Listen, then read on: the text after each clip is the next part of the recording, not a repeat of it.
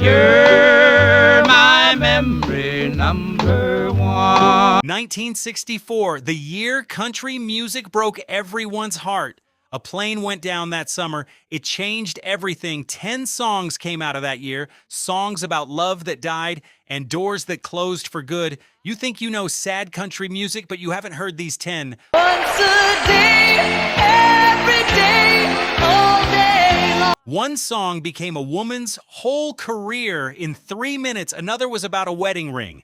Just a white mark on a finger. That's all it took to break a nation's heart. Stay till the end. Number 1 still gets requested at funerals today. This is 1964, the saddest year in country music. Number 10, Faron Young and Margie Singleton. Keeping Up with the Joneses. Well, the Joneses bought a new house. Picture a small house on a small street. The porch light is on. Inside, a husband and wife are arguing about money again, not because they are poor, because they are trying to look rich. Had to keep up with the Joneses. This song came out in 1964. It was a duet. 2 voices trading lines back and forth like a real argument you might hear through a thin wall. The song is about a couple who spend too much just to keep up with the neighbors. Joneses start going out on the town. It is not a song about death or heartbreak in the usual way. It is about a slower kind of heartbreak, the kind that comes from chasing things that do not matter. While the marriage falls apart in the background, it reached number 38 on the country charts that year. To keep up with the Joneses. Here's the sad part.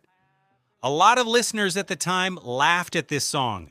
They thought it was clever and a little bit funny. But underneath the wit, there is real pain. 2 people who love each other, slowly losing each other over a bigger house and a nicer car. It happened. Their love fell apart. This one gets forgotten today. It never became a legend like some songs on this list. Country music moved past duet story songs like this one. Radio wanted simpler heartbreak, not marriage arguments set to music. Number 9, Johnny Cash, Understand Your Man. Now don't call my name out your window when I'm leaving. It is late at night. A truck is idling outside a small house. A man is leaving and he is not looking back. That is the feeling of this song.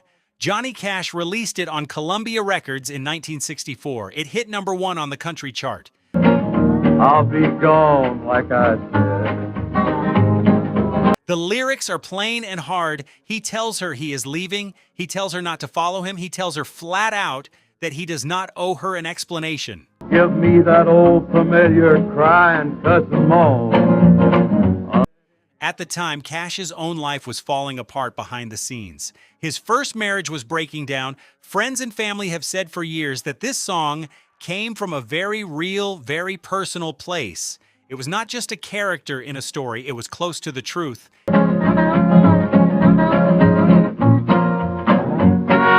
Here is a fun fact for the fans. Some music historians have pointed out that the phrasing in this song feels close to the style of a young songwriter named Bob Dylan, who was writing similar breakup songs around the same time. Give my other suit. Cash and Dylan later became real friends and even recorded together. Nobody is saying one song copied the other, but 2 artists, 2 coasts, and 1 broken heart theme, both hitting big in the same year. That is a strange piece of music history. Slow down my traveling while I'm untangling my mind. Why does this song get forgotten today? Because Johnny Cash has so many bigger, more famous songs. This one gets buried under Ring of Fire and Folsom Prison Blues. But for fans who know the real Cash, the hurting Cash, before all the legend and the black clothes, this song is one of the rawest things he ever recorded. And I'm gonna get as gone as a wild goose. The next song on our list was sung by a woman who had already lived through heartbreak most singers only wrote about. Well, we're not ready. We got a man down. Thank you. If you grew up with this kind of country music, take a moment to subscribe to Retro Vault. This channel is about keeping these songs and stories alive, and every subscription truly helps the channel grow. It tells YouTube that real country music history still matters and helps these videos reach more people who remember this era. The more support the channel gets, the more stories we can keep bringing you. Every story you see here takes hours of digging, piecing together history, and bringing forgotten moments back to life. If you'd like to support that work, you can become a channel member. It's just the cost of a cup of coffee, but it helps us keep these stories alive, and for that, we're grateful. Number 8, Ray Price, Please Talk to My Heart. Please talk to my heart, because This one sounds like a slow dance in an empty honky-tonk. The lights are dim, the band is playing soft, and a man is begging quietly for one more chance.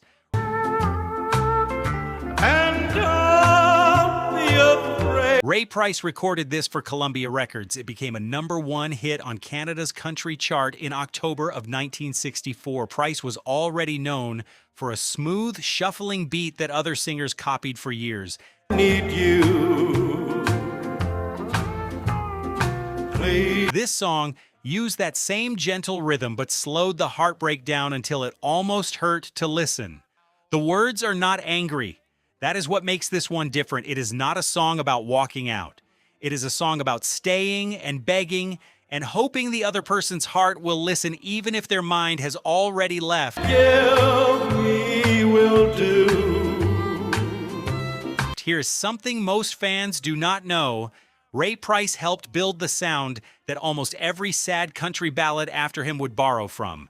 That smooth, aching style became the blueprint for slow country heartbreak songs for the next 20 years. Crying, that's why I need you. Without this song and others like it, later legends like George Strait might have sounded very different. This song faded over time because Nashville moved on to newer sounds, the genre kept changing, trends shifted, but this quiet, pleading little record still holds up as one of the gentlest heartbreak songs of the whole decade.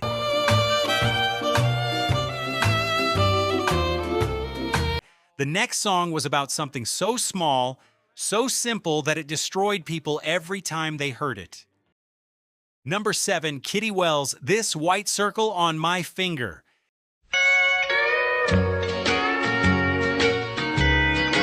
Imagine a woman looking down at her own hand.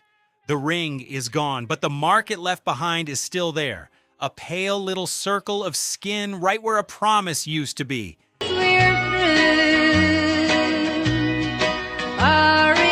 That is the whole song. Kitty Wells recorded it for Decca Records, and it reached number 11 on the year-end country chart for 1964. Kitty Wells was already known as the queen of country music and placed them out of sight. She was one of the very first women to become a true solo star in this genre at a time when almost all the big stars were men. The lyrics are simple, but they hit hard. She is not singing about screaming or fighting. She is singing about staring at her own hand and remembering what she lost. This white circle on my finger shows It is a quiet kind of heartbreak, the kind that sits with you at the kitchen table long after everyone else has gone to bed. Here is the fun fact. Kitty Wells built her whole career on songs that gave a woman's side of heartbreak at a time when most country songs only told the man's side of the story. loving you. She had already broken barriers 10 years earlier with a song that country radio almost refused to play because it was considered too bold for a woman to sing. By 1964, she had earned the trust of fans everywhere, and this quiet little song about a wedding ring proved she could still break your heart with almost no words at all. This small white circle made.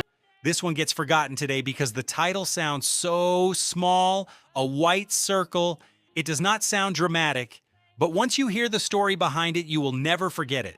The next song belonged to a man who loved the stage lights and the rhinestones, but wrote one of the saddest songs of his whole career. Number 6, Webb Pierce, Memory Number 1. You're my memory number one. Picture an old jukebox in the back of a bar, someone drops a coin in, and out comes a song about a memory that will not let go. That is Memory Number 1. Of a million things I've said and done. Webb Pierce recorded this for Decca Records. It reached number 10 on the year-end country chart for 1964. Pierce sings about a love that is over, but still living in his head, like a photograph he cannot put down. You're my memory number one. Here is what makes this one interesting. Webb Pierce was famous for being flashy. He had a guitar-shaped swimming pool. He drove a car covered in silver dollars and rhinestones. He was one of the biggest showmen in all of country music. And I'll admit I've had. But strip away the shine, and this song shows a man who understood plain, simple heartbreak better than almost anyone in Nashville. That is the sad twist of this whole story. The man with the flashiest life in country music kept writing some of its quietest, saddest songs.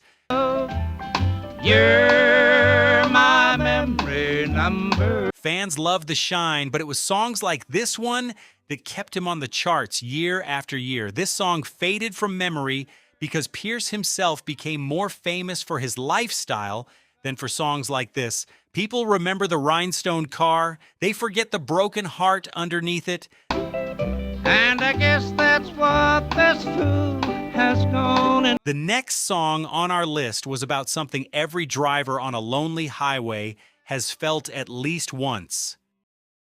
Number 5, George Jones, The Race Is On. I feel tears welling up, cold and deep inside, like my heart's sprung a bit. This one moves fast. Picture a highway at night. Headlights racing past each other in the dark. That is the feeling George Jones built into this song. Off with a call, but don't you wager that'll hide the sorrow when I'm a brick rod. Released on United Artists Records, The Race Is On became a top 5 country hit in 1964. The song compares heartbreak to a horse race. Heartache is chasing him down the track, and there is no way to outrun it. It sounds almost playful on the surface. Here's a holding back, they're trying not to fall. My heart's out. But listen closer, and it is a man running from his own pain and losing every single time. George Jones would go on to become one of the most respected voices in all of country music. But he also became known later in his career for personal struggles that almost ended it.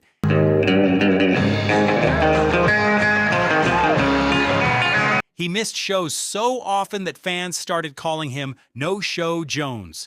He has talked about those hard years himself, openly, in interviews over the years. It makes a song like this one land differently once you know where his story eventually went.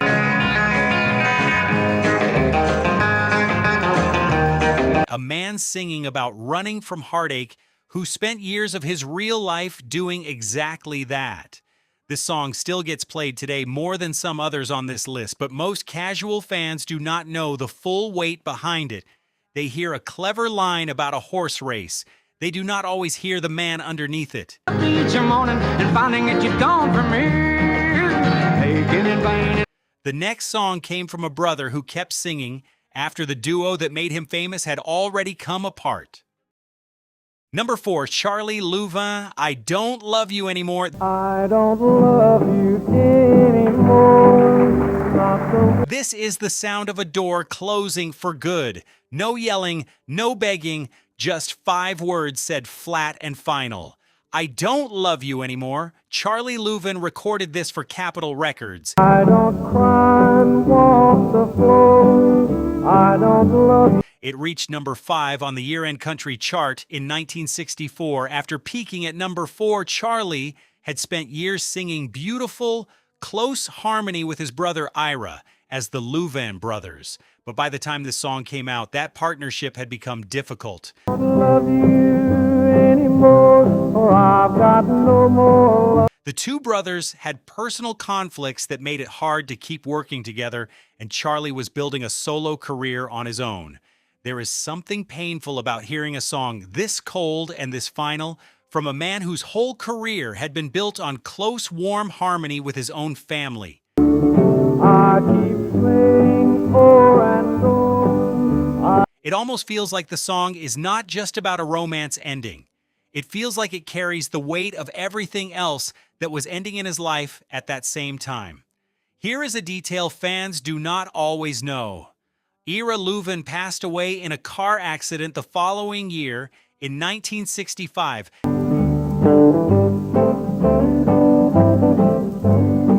That means this song, recorded while the brothers' partnership was falling apart, became one of Charlie's defining solo hits right before he lost his brother for good.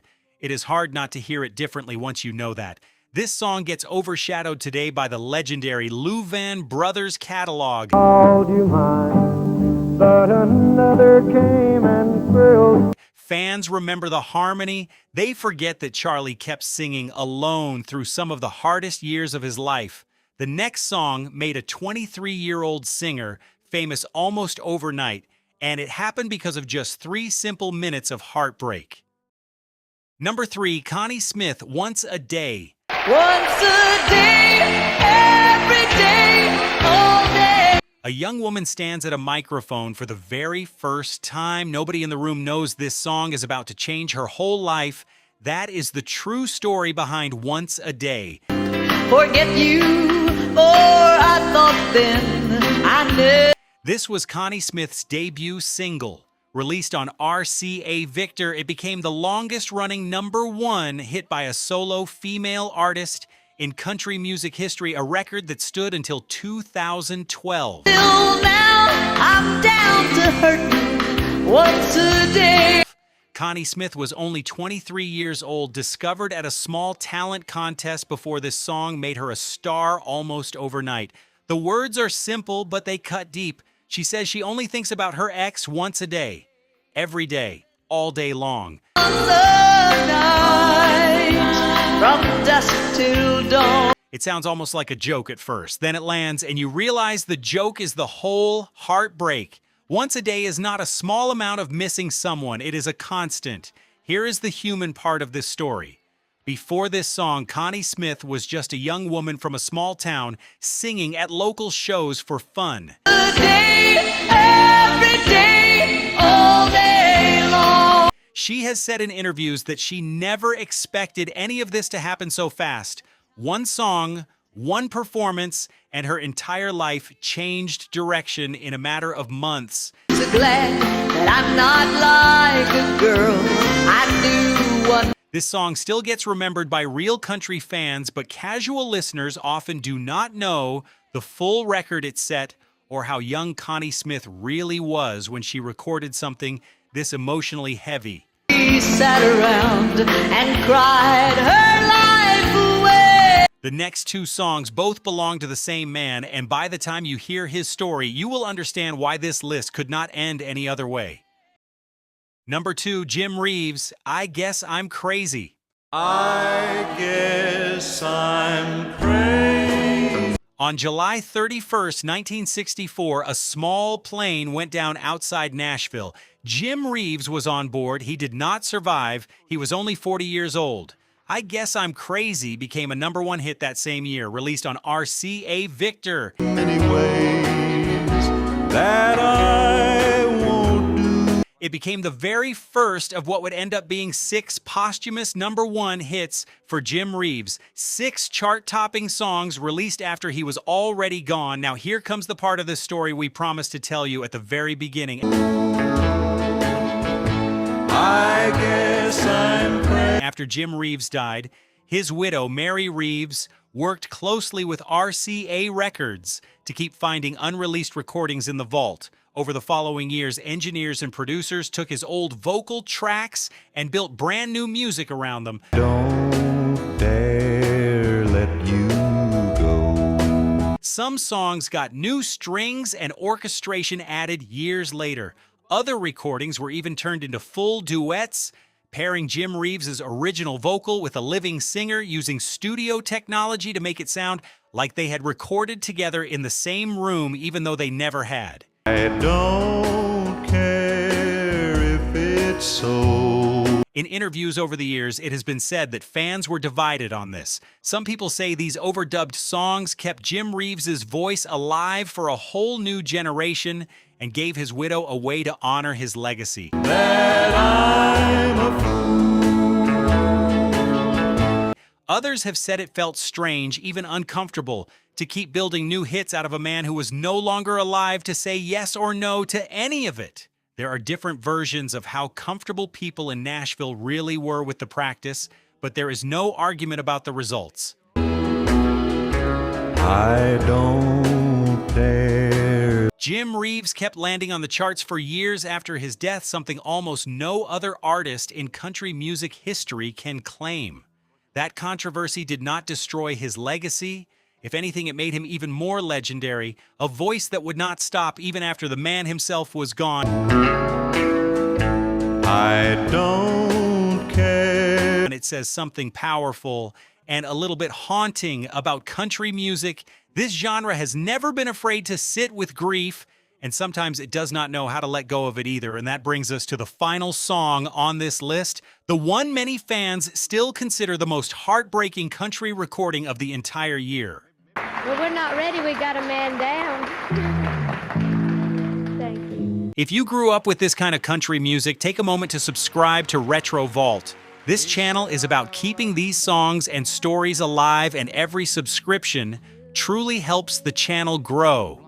It tells YouTube that real country music history still matters and helps these videos reach more people who remember this era. The more support the channel gets, the more stories we can keep bringing you. Every story you see here takes hours of digging, piecing together history, and bringing forgotten moments back to life. If you'd like to support that work, you can become a channel member. It's just the cost of a cup of coffee, but it helps us keep these stories alive, and for that, we're grateful. Number 1, Jim Reeves, Welcome to My World. Welcome to my world. Close your eyes and picture a small, quiet room, just one man standing in a doorway asking someone he loves to please. Please stay. That is Welcome to My World. Still happen now. This song reached number 2 on the year-end country chart for 1964. It became one of the most beloved recordings of Jim Reeves's entire career and one of the most requested country songs of that whole era. A status it still holds with many fans today. Leave your cares behind. The lyrics are an invitation and a confession all at once. He is opening the door to his lonely little world and quietly begging someone not to leave him in it alone. It is gentle, it is warm, and it is devastating, especially once you remember the timing.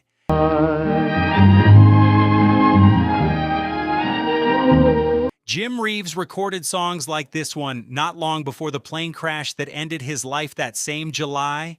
That timing is what makes this song hit differently than almost anything else on this list. It was never written as a goodbye song. You will find.